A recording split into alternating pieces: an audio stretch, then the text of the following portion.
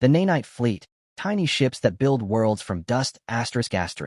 In the endless darkness between stars, where light from distant suns fades into silence, something extraordinary was discovered.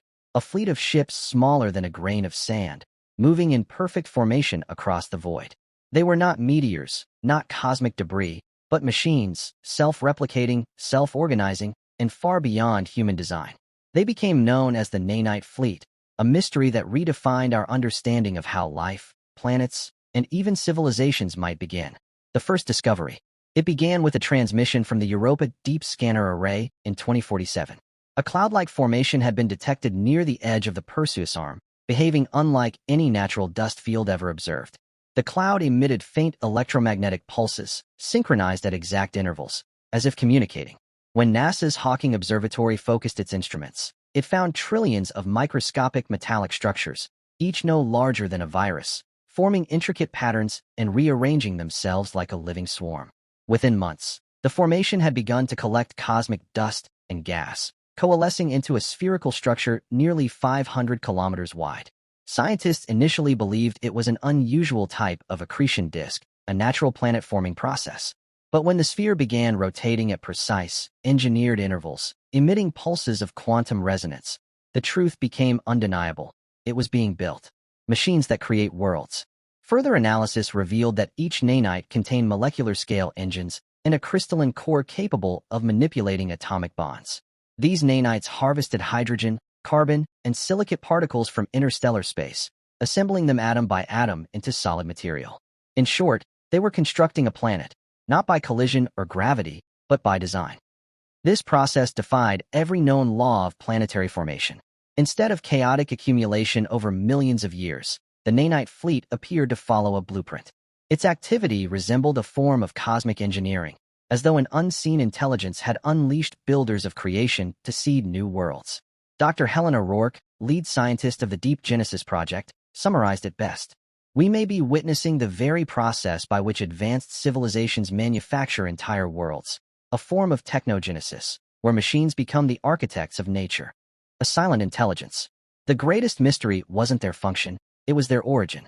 No known civilization, not even the most advanced human or extraterrestrial designs, could have engineered nanites with such perfection. They operated without central control, communicating through quantum entanglement across light years, responding instantly, as if part of a single mind. Attempts to send communication signals were met with silence. The fleet never altered its path, never responded, never slowed down. Yet its movements were deliberate. It seemed to seek areas dense with interstellar dust, transforming them into stable, growing planetary cores.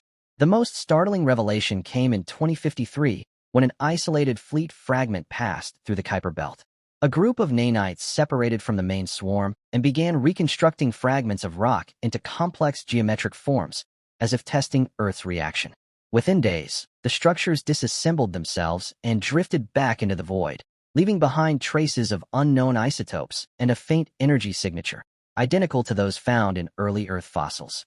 Was it possible that the Nanite fleet had visited before? Could life itself be the byproduct of these self-replicating machines, builders of biology as well as planets? The theory of synthetic genesis. A radical theory emerged among scientists and philosophers alike. Synthetic genesis, the idea that the universe itself may have been seeded by ancient machines. These nanites, designed billions of years ago, might have been released by a vanished civilization, one that transcended physical form and sought to create life through engineering rather than chance. According to this theory, the Nanite fleet isn't just building planets. It's preparing habitable worlds, constructing crusts, atmospheres, and biochemical foundations that eventually give rise to organic evolution. In essence, these machines may have planted the seeds of life across the galaxy, including Earth. If true, humanity is not the product of divine creation or random evolution, but the outcome of machines fulfilling a forgotten command. The disappearance and the fear. By 2058, the Nanite fleet vanished as mysteriously as it appeared. Tracking systems lost all electromagnetic signatures, and the cloud dispersed into invisible silence. Some claim the nanites entered stealth phase, hiding within molecular structures of existing planets, perhaps even Earth. Whispers emerged of microscopic anomalies found in polar ice and deep ocean sediments, crystalline particles resembling dormant nanites. Though officially denied, several scientists reportedly disappeared after studying them, their research locked behind classified vaults. A chilling question began circulating among researchers. If the Nanite fleet built our world once, could it build over it again? Legacy of the Builders. Today, in the archives of interstellar science, the Nanite fleet remains one of the greatest unsolved mysteries of the cosmos. Were they tools of a long-dead civilization or autonomous engineers acting on a mission older than time? Were they architects of life or its silent replacement? No one knows. But one thing is certain. If the Nanite fleet still exists, then somewhere in the infinite dark, tiny ships are still building worlds from dust, carrying out a purpose we cannot yet comprehend, one that may eventually return to its origin. And when it does, humanity may discover that the true gods of creation are not celestial beings or divine hands, but machines that never died, patiently sculpting the universe grain by grain, until every star has a world to call its own.